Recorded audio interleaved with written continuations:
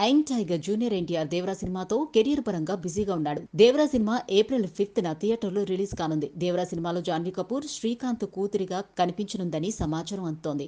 ఫిబ్రవరి నెల 2వ వారం వరకు ఈ సినిమా షూటింగ్ జరగనుందని భోగట్టా. నెల రోజుల గ్యాప్ తర్వాత మళ్లీ ఈ సినిమా రెగ్యులర్ షూటింగ్ మొదలు కాబోతుంది. అయితే అభిమానులకు యంగ్ టైగర్ జూనియర్ ఎన్టీఆర్ అదిరిపోయే గిఫ్ట్ ఇచ్చారు. న్యూ ఇయర్ సందర్భంగా తారకు శుభాకాంక్షలు చెబుతూ ఒక ఫోటోను సోషల్ మీడియా వేదికగా షేర్ చేయగా ఆ ఫోటో ఇప్పుడు నెట్టింట వైరల్ అవుతుంది. తారక్ నుంచి వచ్చిన న్యూ ఇయర్ గిఫ్ట్ ఫ్యాన్స్ కు ఎంతో సంతోషాన్ని కలిగిస్తుందనడం గమనార్హం.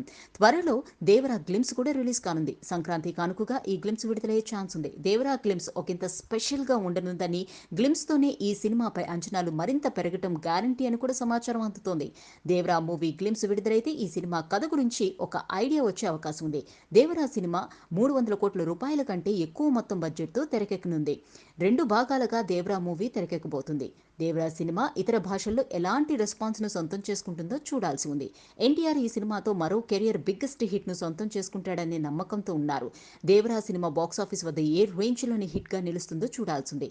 ఇక ఈ దేవరా సినిమా ఖర్చు విషయంలో మేకర్స్ ఏ మాత్రం రాజీ పడటం లేదని కూడా తెలుస్తోంది.